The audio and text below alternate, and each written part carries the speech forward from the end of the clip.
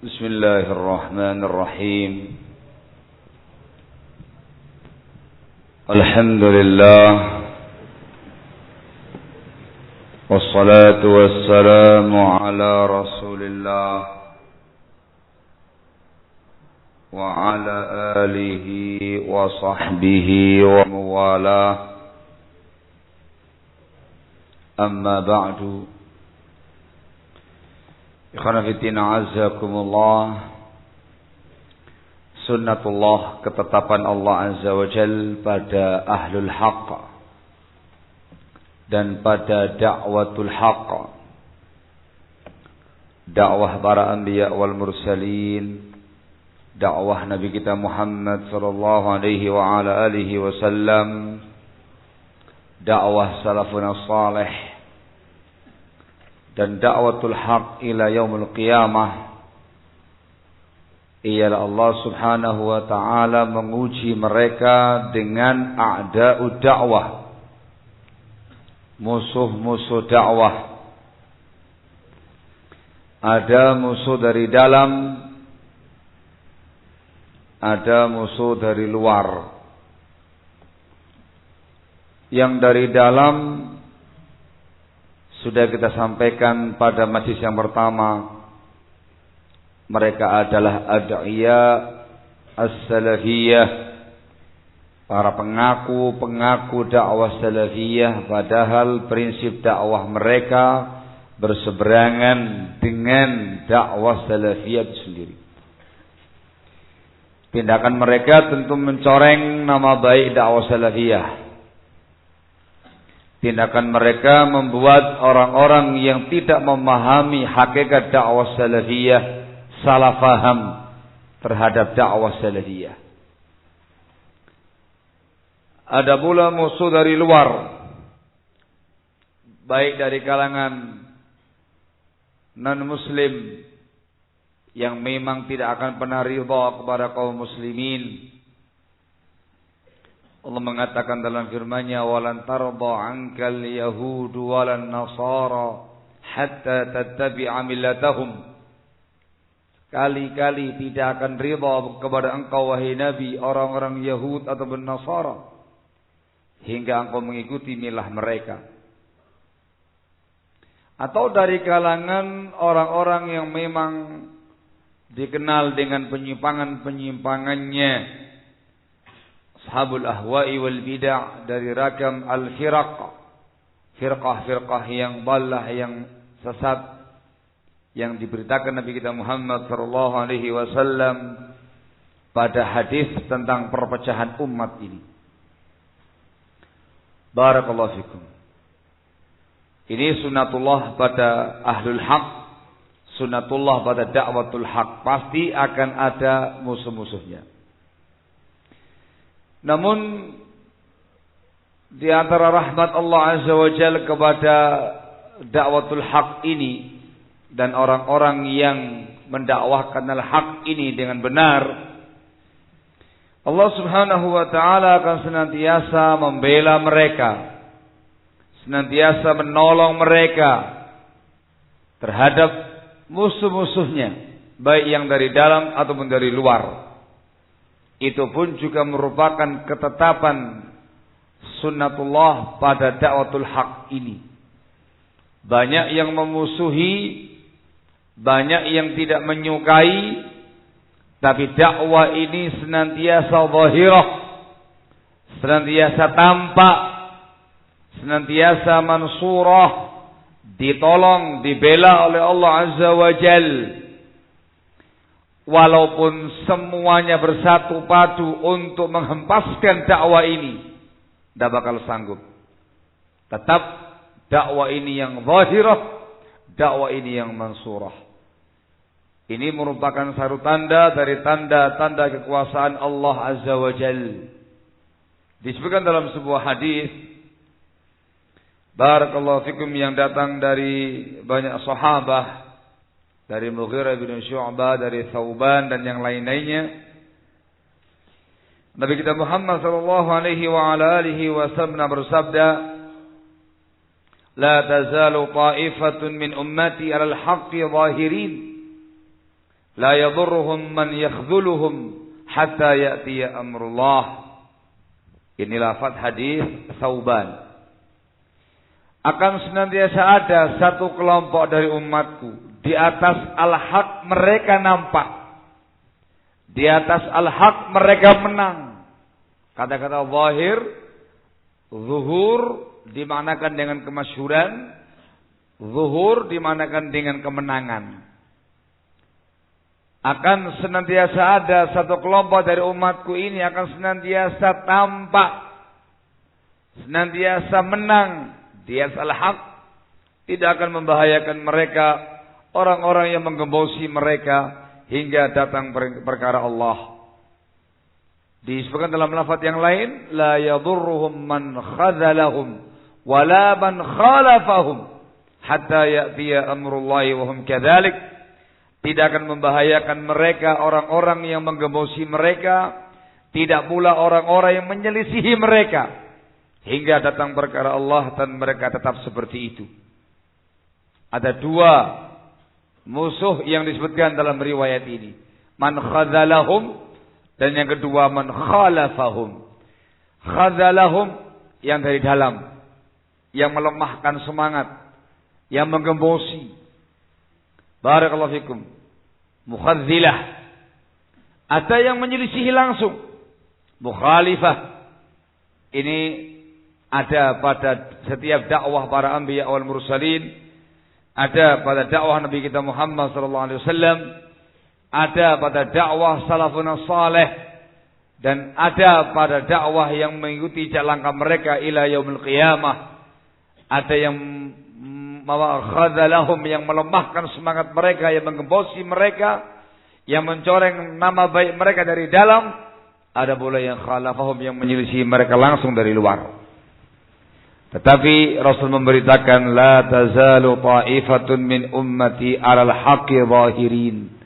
Akan terus 'alal haq, akan terus menang 'alal haq, akan terus zahirah tanpa 'alal haq. Disebut dalam lafaz yang lain, mansurin, ditolong, dibela oleh Allah Azza wa Jalla sampai hari kiamat nanti. Ikhwan fillah azakumullah, a'da'u dakwah, musuh-musuh dakwah, upaya mereka untuk meredam laju dakwatul haq, dakwah salafiyah beragam. Upaya mereka banyak, cara mereka banyak. Di antara upaya-upaya mereka, cara-cara mereka ialah dengan melemparkan at-tuhmah, ilqa'u tuham ala da'wah salafiyah, melemparkan tuduhan-tuduhan, suara-suara sumbang, suara-suara miring terkait dengan dakwah salafiyah dalam rangka untuk tanfir, membikin umat lari dari dakwah salafiyah, dalam rangka untuk membikin umat benci terhadap dakwah salafiyah ini. Mungkin dibahasakan salafifobia, gitu ya. Mungkin demikian ya, ikhwan. Cukup banyak, barakallahu fikum, at-tuham, tuhmah, tuduhan, atau mereka membahasakan juga syubhat yang dilontarkan terkait dengan dakwah salafiyah, yang sesungguhnya barakallahu fikum dakwah salafiyah bari'atun minha. Dakwah salafiyah bersih dari semua itu. Dakwah salafiyah tidak seperti yang mereka tuduhkan. Barakallahu fikum. Ini semuanya asbabnya banyak. Yang pertama memang kedengkian terhadap Islam yang mulia ini, permusuhan yang sangat terhadap Islam yang mulia ini, atau terkait dengan dakwah salafiyahnya, orang-orang yang mendakwakan salafiyahnya, atau yang lain-lainnya. Pemicunya sangat banyak, barakallahu fikum. Pada kesempatan kali ini kita akan sebutkan beberapa tuduhan-tuduhan terkait dengan dakwah salafiyah yang perlu kiranya kita tepis. Barakallahu fikum. Seringkalinya perlu dijelaskan, diuraikan supaya jelas hakikatnya dan kenyataannya. Barakallahu fikum. Yang pertama, ikhwan fillah azakumullah,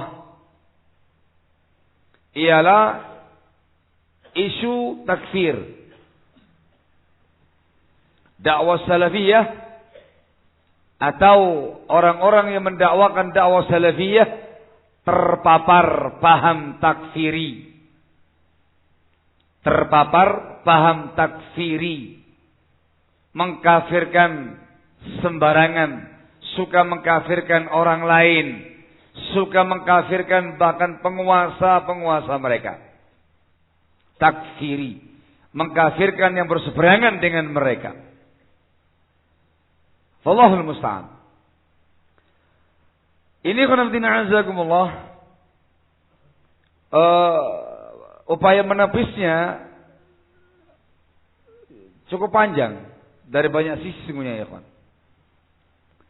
Taib labas. Kita sebutkan. Poin yang pertama. Dalam bimbingan agama Islam. At-takfir. Mengkafirkan seseorang. Tidak dinafikan secara mutlak. Tidak pula diisbatkan secara mutlak. Difahami insyaallah ya? Yang menafikan, meniadakan takfir secara mutlak. Ini perkara yang keliru. Terlalu banyak dalam ayat Al-Quran. Dan juga sabda Rasulullah SAW. Yang menyebutkan seperti ini. Begitu pula yang mengisbatkannya secara mutlak dengan tanpa ketentuan-ketentuan syar'i. Perkara yang keliru. Dengan tanpa hujjah. Dengan tanpa ketentuan yang benar. Mengkafirkan dengan serampangan. Perkara yang keliru.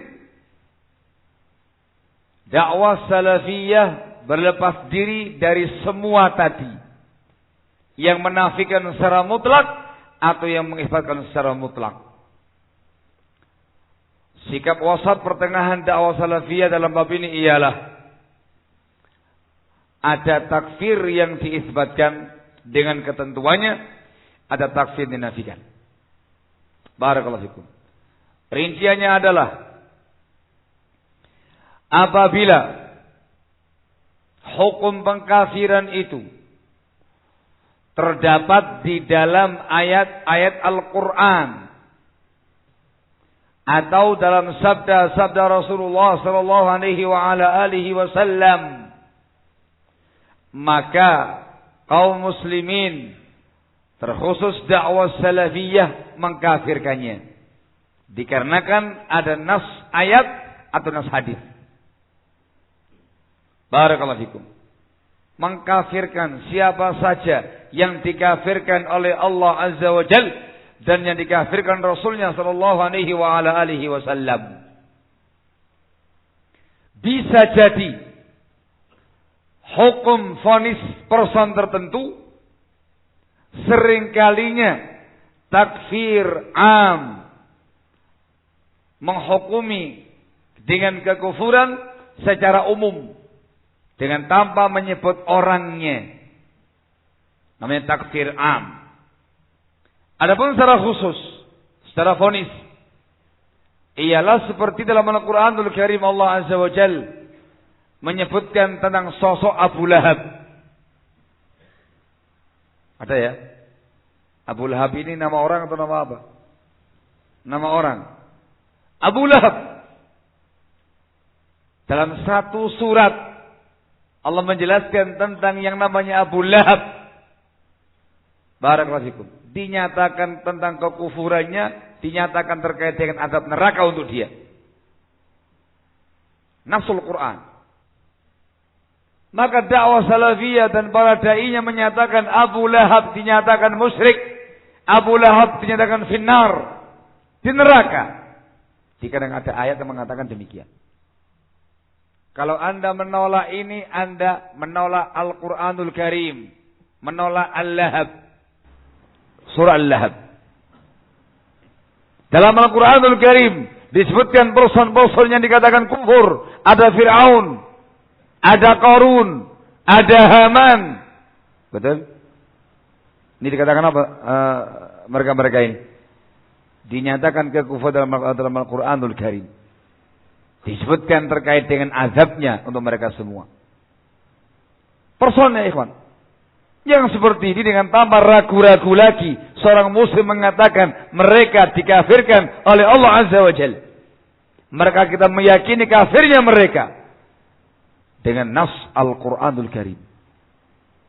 Anda menolak, berarti Anda menolak Al-Quranul Karim. Dipertanyakan keislaman Anda. Maka ketika kaum muslimin menyatakan takfir terhadap orang-orang tadi, itu bukan namanya terpapar paham takfiri. Tetapi takfir yang benar sesuai dengan nasul Quran. Dipahami insyaallah ya? Demikian pula ketika disebutkan dalam beberapa hadisnya Rasulullah SAW, ketika menyebutkan tentang beberapa orang-orang yang dinyatakan kafir dalam sunnah Rasulullah SAW, dikafirkan. Karena Rasul yang mengkafirkannya. Dipahami insyaallah ya? Itu secara fonis. Seringkalinya secara umum namanya takfir am. Hanya menyebutkan sebuah sifat dengan tanpa menyebut orang. Ini diperbolehkan. Dan itu bukan berarti person pelakunya dikatakan kafir. Hanya menyebutkan sebuah sifat saja. Barakallahu fikum. Dan ini banyak dalam Al-Quranul Karim. Seperti yang dipakai selalu oleh kaum takfiri. Allah mengatakan dalam firman-Nya, "Wa man lam yahkum bima anzalallah faulaika humul kafirun." Barang siapa yang tidak berhukum dengan hukum Allah, maka dia orang kafir. Itu umum. Maka penggunaan juga umum. Tidak bisa digunakan dengan vonis langsung person. Bedakan antara takfir muayyan, menghukumi kafir person tertentu, dan takfir am secara umum. Kalau secara umum diperbolehkan selama sifatnya ada. Belum tentu pelaku personnya dihukumi sama. Beda. Yang ini diperbolehkan. Tetapi kalau takfir muayyan, langsung person dikatakan kafir, dia kafir, harus dengan nas ayat atau nasul hadis.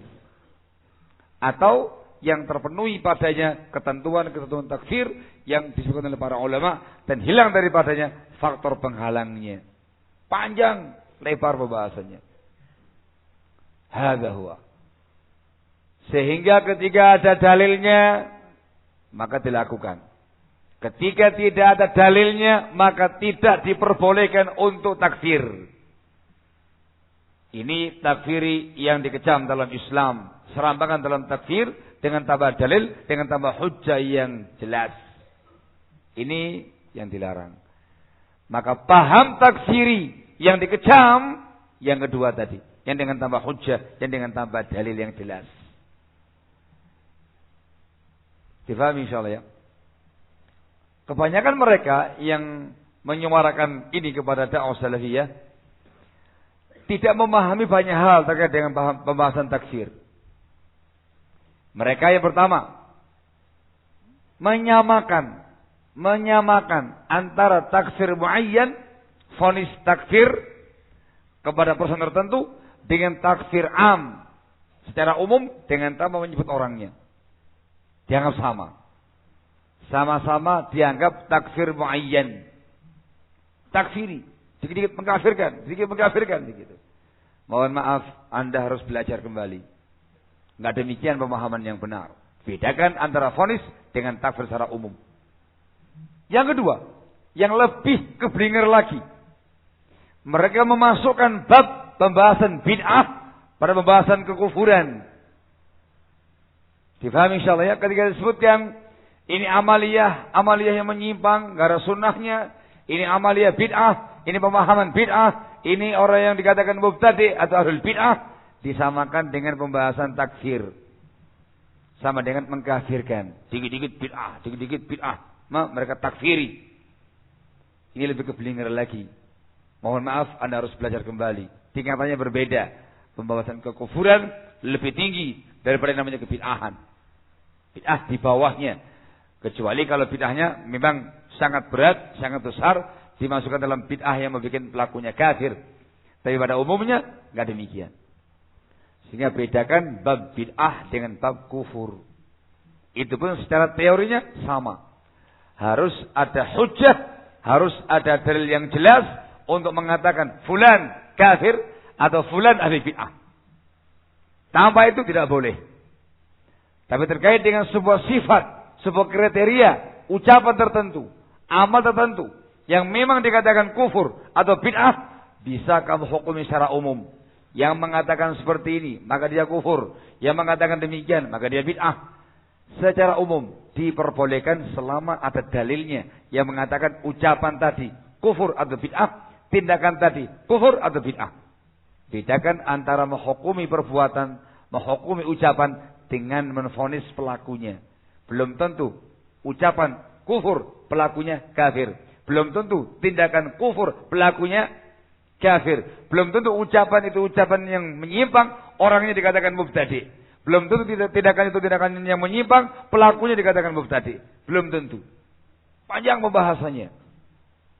Intinya adalah yang kita kejam takfiri dengan tambah hujjah. Yang kita kejam tabdi' dengan tambah hujjah.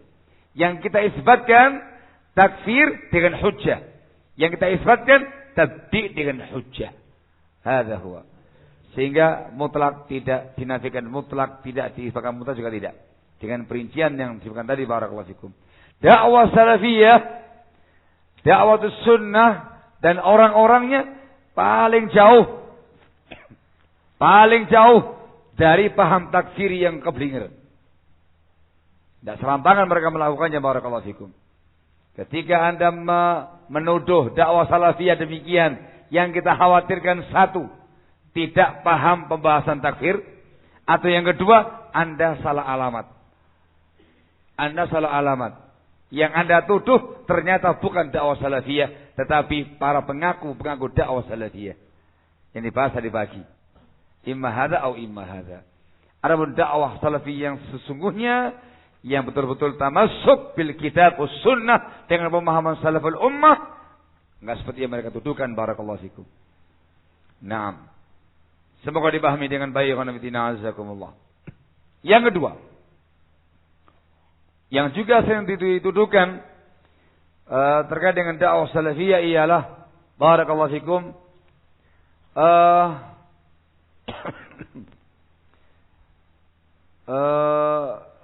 saya lagi milih-milih yang sekiranya penting diangkat, ialah mereka mengatakan dakwah salafiyah itu dakwah yang eksklusif.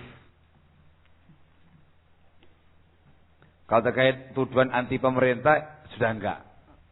Mereka udah paham itu.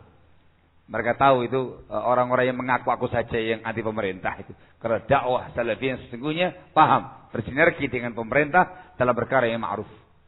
Makanya enggak saya angkat ini. Yang ini yang mau saya angkat. Sebagian pihak menuduh dakwah salafiyah atau duat salafiyin dakwah yang eksklusif. Gitu ya, eksklusif. Kalau gerakannya atau pemahamannya eksklusivisme. Barakallahu fikum. Kita mengatakan, tolong jelaskan kepada kami apa yang Anda maukan dengan ini. Eksklusivisme. Supaya bisa kami cerna, kami hayati, kami resapi maknanya. Apakah betul ada pada kami ataukah tidak. Sebab dalam pandangan Islam, barakallahu fikum, sama dengan poin di atas. Ada keadaan-keadaan tertentu, kondisi tertentu, poin-poin tertentu, bab-bab tertentu, memang harus eksklusif. Memang harus eksklusif. Dan itu terpuji. Kenapa? Dengan bimbingan syariat. Ada bab-bab yang lain, kondisi-kondisi yang lain, memang tidak boleh eksklusif. Barakallahu fikum. Anda memutlakan kalimat seperti ini masih gerambiang, masih mujmal, masih global. Diminta rinciannya. Barakallahu fikum. Kita rinci ya, ikhwan. Supaya paham terkait dengan bab yang satu ini. Ada beberapa bab memang dalam Islam diminta eksklusif. Dengan makna tidak mungkin ada pihak lain yang masuk. Dipahami? Dengan makna tidak mungkin ada pihak lain yang masuk. Ini adalah ranahnya Islam, ranahnya kaum muslimin. Tidak bisa yang selain Islam, selain Muslim masuk padanya. Yang pertama, terkait dengan bab prinsip-prinsip ketauhidan. Yang kedua, terkait dengan prinsip-prinsip akidah Islam. Yang ketiga, terkait dengan prinsip-prinsip ibadah dalam Islam. Yang ini betul-betul ranah eksklusif dalam Islam. Yang ini kita membahasakan betul-betul ranah privasi akidah Islam. Ranah privasi tauhid Islam. Ranah privasi ibadah Islam.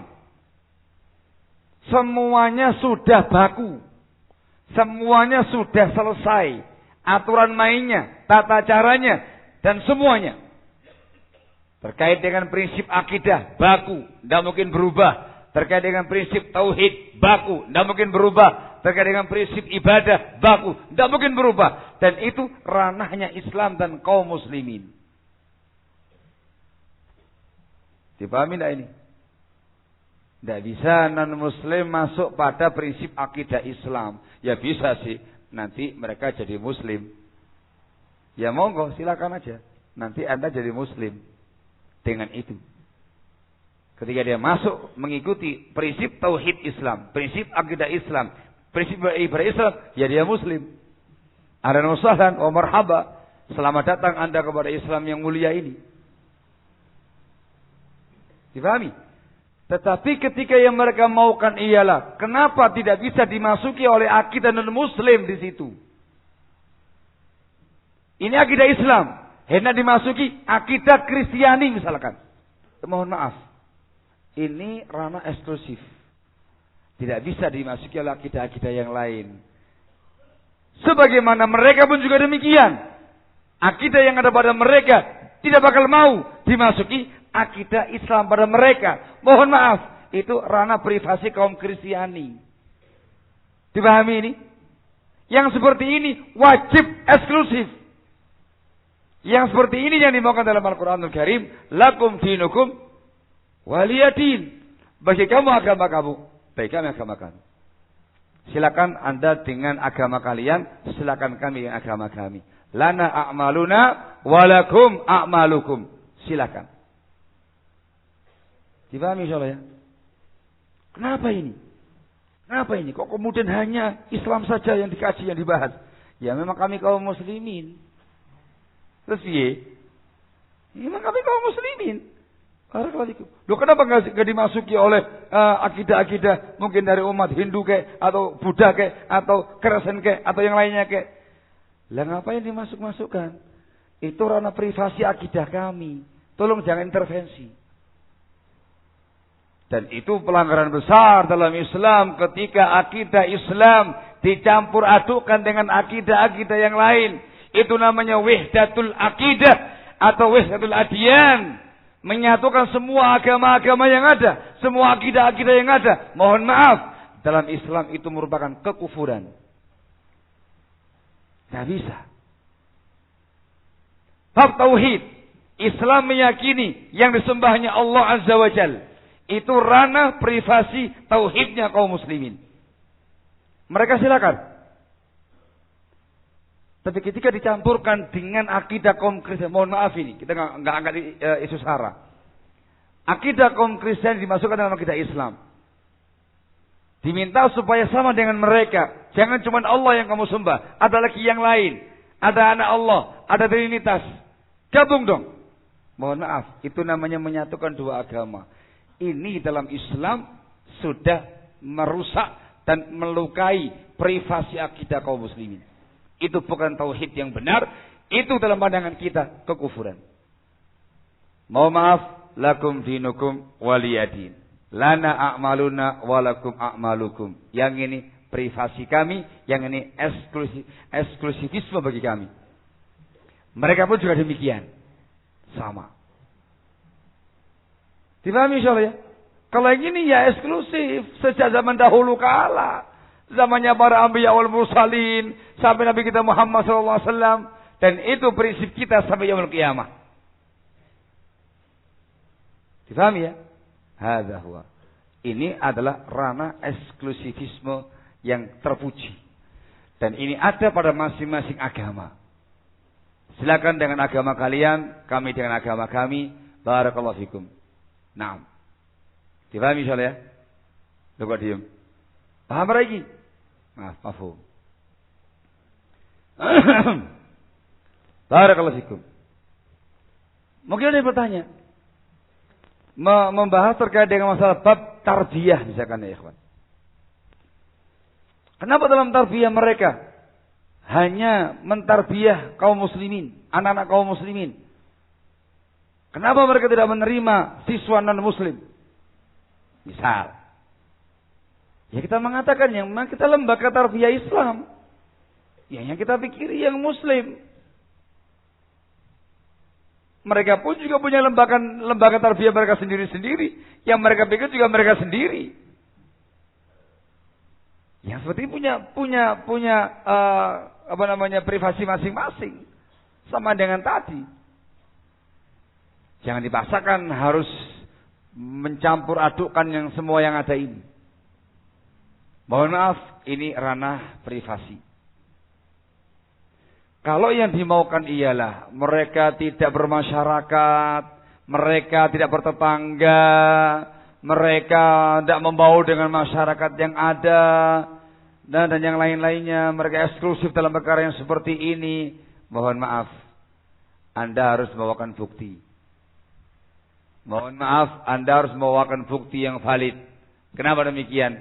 Dikarenakan dalam dakwah salafiyah diajarkan yang namanya akhlakul karimah. Dalam dakwah salafiyah diajarkan yang namanya adab-adab syariah, etika, norma-norma yang luhur, yang mulia dalam Islam. Islam makanya demikian. Diajarkan yang namanya berbakti pada kedua orang tua, diajarkan yang namanya silaturahim kepada famili-famili, diajarkan rumah tangga yang sakinah mawaddah warahmah, diajarkan mencintai anak, menyayangi anak, mengurus anak dengan cara yang baik, diajarkan baik dengan tetangga, baik dengan muslimin secara umum, baik dengan penguasa, baik dengan para ulama, bahkan baik dengan hewan-hewan ternak, hewan-hewan yang ada, bahkan terkait dengan non-muslim sekalipun. Dalam perkara duniawiyah, itu tenang dan damai. Tidak benar ketika dikatakan itu eksklusif. Terkait dengan bab interaksi pun juga ada etikanya. Harus dalam perkara yang mubah, dalam perkara yang itu merupakan kemaslahatan yang bersama, mubah atau perkara syar'i. Adapun ketika ada perkara-perkara yang melanggar syariat, menerjang keharaman, menerjang yang namanya kemaksiatan, menerjang yang namanya tindakan dosa, mohon maaf, kita tidak bisa ikut andil di dalamnya. Itu ada batas-batas syariat. Ada keharaman dalam agama, jangan kamu langgar. Ada kebolehan dalam agama, jangan kamu lakukan. Ketika sebatas perkaranya mubah, perkaranya maslahat umum yang mubah, atau perkara yang syar'i, membaur dengan masyarakat. Jamaah dengan masyarakat yang lain, Jumatan dengan masyarakat yang lain. Barakallahu fikum. Id juga demikian, normal saja. Normal saja. Jangan tetangga juga bagus semua dengan perkara yang baik. Tapi ketika bertabrakan dengan keharaman dalam Islam, kita mundur. Maaf, ini perkara haram dalam Islam, ini perkara yang mungkar, tidak bisa kami kerjakan. Barakallahu fikum. Mohon maaf ini, saya bikin contoh yang ekstrim ya. Semoga jangan demikian. Mohon maaf. Di tengah-tengah masyarakat kita, di sana tumbuh subur yang namanya prostitusi.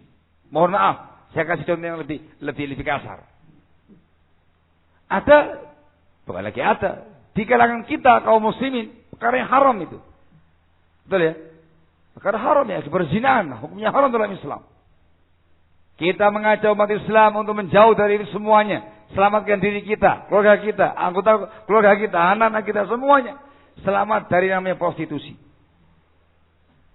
Ada yang mengatakan eksklusif. Anda rela dengan kata-kata ini? Oh mohon maaf Pak, bagaimana mungkin Anda mengatakan kami eksklusif? Yang Anda maukan seperti itu. Apa kemudian kita berbaur dengan mereka? Akhirnya kita melegalkan prostitusi di negara kita ini?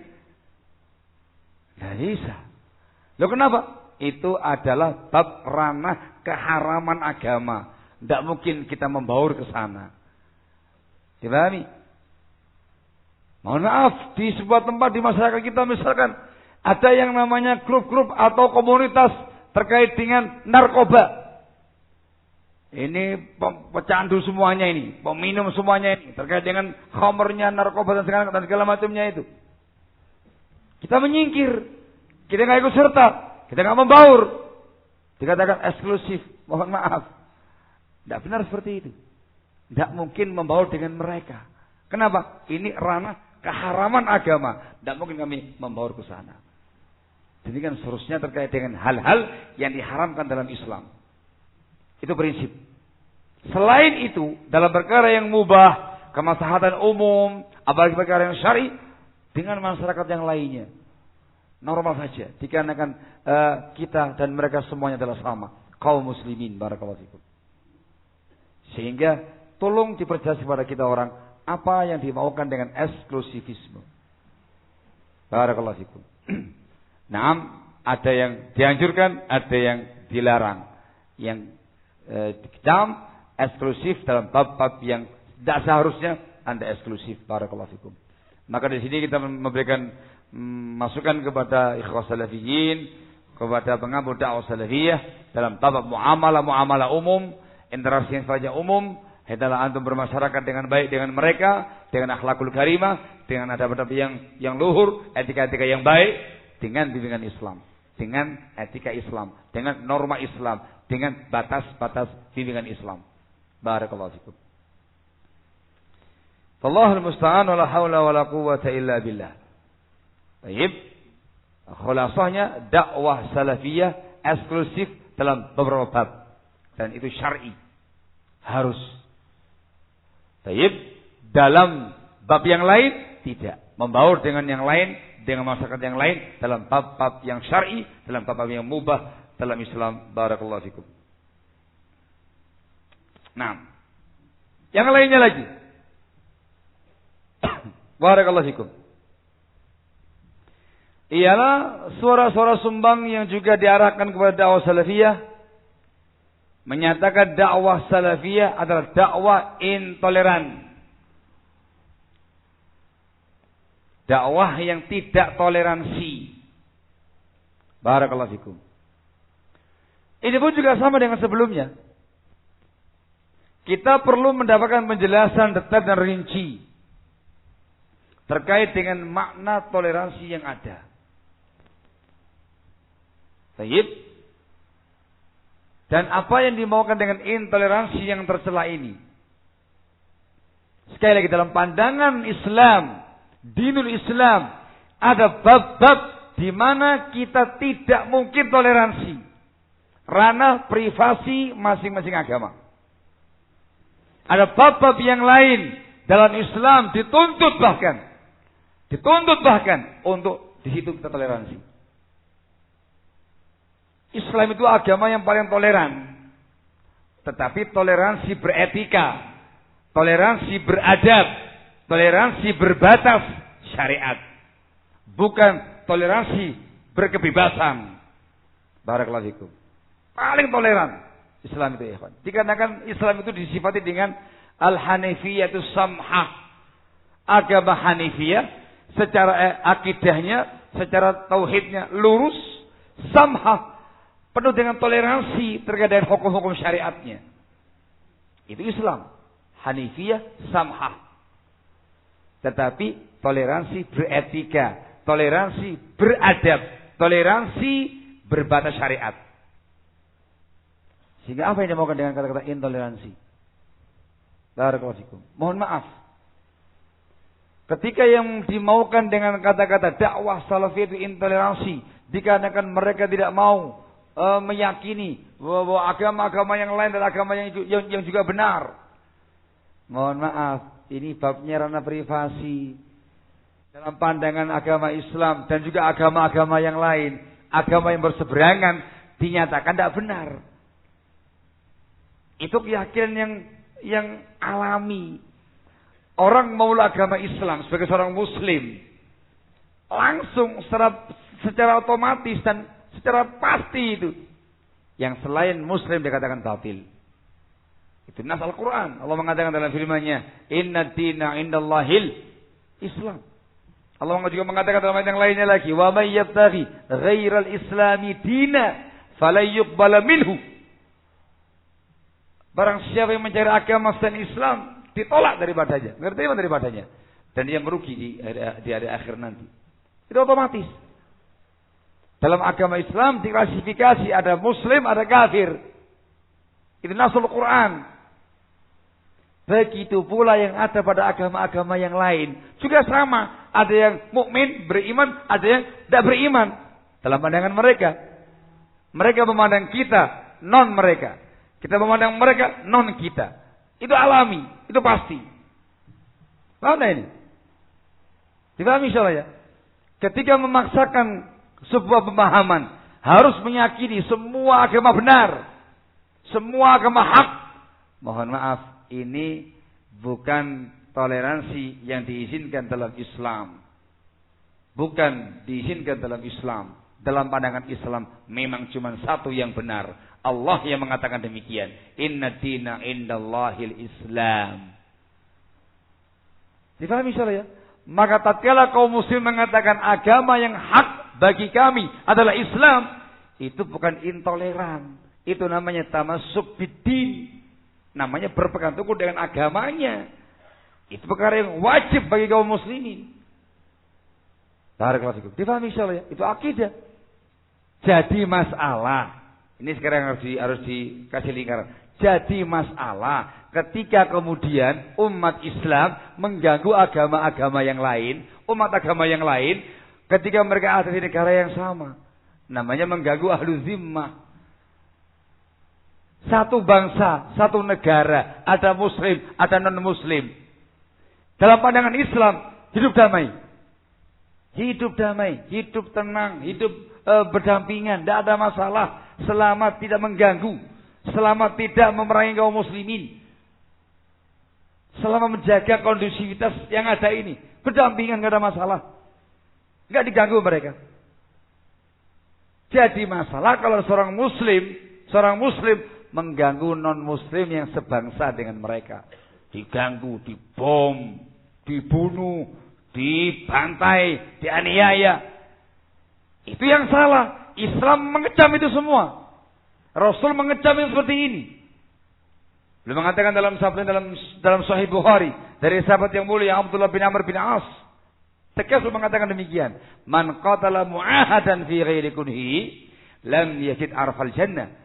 Barang siapa yang membunuh kafir mu'ahad di masa-masa damai dengan mereka, maka yang membunuh itu tidak akan mencium bau surga. Dikecam. Artinya bimbingan Islam di sini toleransi, hidup bersama dalam sebuah bangsa, dalam sebuah negara, berdampingan, nggak ada masalah. Tapi terkait dengan perkara prinsip akidah, lakum dinukum waliyadi. Difahami insyaallah ya? Diklasifikasi. Barakallahu fikum. Ketika mengatakan intoleran dikarenakan mengganggu non-muslim, buktinya mana? Dakwah salafiyah adalah dakwah yang terdepan di dalam mengkampanyekan pemahaman seperti ini. Hidup tenang, hidup damai, hidup bersama di negara yang sama, di bangsa yang sama, kaum muslimin dengan non-muslim selama tidak diganggu. Barakallahu fikum. Dikecam keras orang-orang muslim, person-person, oknum-oknum yang tidak bertanggung jawab yang mengganggu mereka. Barakallahu fikum. Maka terangkan kepada kami apa yang dimaksud dengan intoleransi itu. Kalau terkait dengan ranah privasi akidah kaum muslimin, ranah privasi tauhid kaum muslimin, ranah privasi prinsip-prinsip keimanan kami kaum muslimin, yang ini harga mati, tidak mungkin toleransi. Silakan Anda dengan kepercayaan Anda, silakan Anda dengan agama Anda, silakan Anda dengan amal-amal Anda, lakum dinukum waliyadin, lana wa lakum amalukum. Yang ini nggak mungkin toleransi. Bukan berarti tatkala kita punya akidah seperti ini kita teror. Enggak. Itu lain pembahasan. Muamalah umum lain pembahasan, akidah lain pembahasan. Barakallahu fikum. Tidak bisa dipaksakan semua akidah, semua agama adalah sama. Itu pelanggaran prinsip, pelanggaran akidah itu. Tidak bisa. Masing-masing dengan agamanya, masing-masing dengan kepercayaannya, semua dilindungi oleh undang-undang kita. Silakan mengamalkan agamanya masing-masing dan dengan tanpa mengganggu. Akidah tetap dijaga. Masing-masing agama silakan. Itu semuanya muslimin wajib menjaga akidahnya, wajib menjaga tauhidnya, wajib menjaga prinsip keimanannya. Dan terkait dengan bab muamalah umum, hidup tenang, hidup damai selama enggak diganggu. Barakallahu fikum. Hakata. Sehingga diperjelas. Jangan melemparkan semacam bola api liar di tengah-tengah kaum muslimin, tengah-tengah umat Islam, membuat kegaduhan, membuat keributan. Akhirnya satu sama lain akan menuding, mengklaim, menuduh. Yang ada adalah keributan. Dan dakwah salafiyah enggak demikian keadaannya. Barakallahu fikum. Khulasahnya, dakwah salafiyah toleran tinggi pada bab-bab yang diizinkan dalam Islam untuk disanangkan toleransi. Dakwah salafiyah tidak mungkin toleransi dalam bab-bab khusus dalam Islam yang tidak boleh ada padanya toleransi. Sehingga dirinci. Ada yang diizinkan, ada yang tidak diizinkan. Barakallahu fikum. Tidak dinafikan secara mutlak, enggak juga diislamkan secara mutlak. Barakallahu fikum. Dengan keadaannya masing-masing, semuanya itu dengan batas-batas syariat. Ini yang namanya wasatiyatu dakwah salafiyah. Sikap pertengahan dakwah salafiyah, jangan ekstremisme berlebihan, jangan ekstremisme kurang dari batasan. Tengah-tengah dengan bimbingan yang ada. Barakallahu fikum. Allahul musta'an wa la haula wa la quwwata illa billah. Jam 4 lebih 15 persis. Sesuai dengan yang diinginkan oleh panitia. Memang sambil lihat jam, ngomongnya sambil lihat jam, dipas-paskan, tak sudah dihentikan. Tapi nggak mungkin diteruskan poin berikutnya. Intinya barakallahu fikum, dari semua tuduhan-tuduhan yang ada, seringkalinya kadang salah alamat. Melihat atau menilai itu dakwah salafiyah, padahal bukan dakwah salafiyah. Itu palsu, bukan yang orisinil. Tolong jangan sampai salah alamat ini. Itu yang kita bahas tadi pagi. Ada kalanya terlalu mujmal, terlalu global tuduhan tadi itu. Ini saya katakan kayak bola api yang liar, membahayakan. Jangan bikin gaduh. Dakwah salafiyah selalu memperinci. Ada yang boleh, ada yang tidak boleh. Yang tidak boleh, tidak mungkin maju. Yang boleh, dia akan maju. Tengah-tengah dengan bimbingan Islam. Barakallahu fikum. Wallahu tabaraka wa ta'ala alam bisawab. Semoga Allah Azza wa Jal memberikan taufiknya kepada kaum muslimin secara khusus. Dan kepada pihak-pihak yang berwajib secara khusus pula. Barakallahu fikum. Supaya bisa memahami dengan benar hakikat dakwah salafi yang ada ini. Dipahami dengan benar dari sumber yang tepat, jangan salah alamat, dan semoga mereka memahami bagaimana indahnya dakwah salafiyah, sebagaimana indahnya Islam yang diajarkan Nabi kita Muhammad sallallahu alaihi wa ala alihi wasallam. Amin ya rabbal alamin. Kita hanya bisa menjelaskan, selebihnya taufiqul hidayah biyadillah, di tangan Allah azza wa jalla. Barakallahu fikum. Wallahu a'lam bissawab.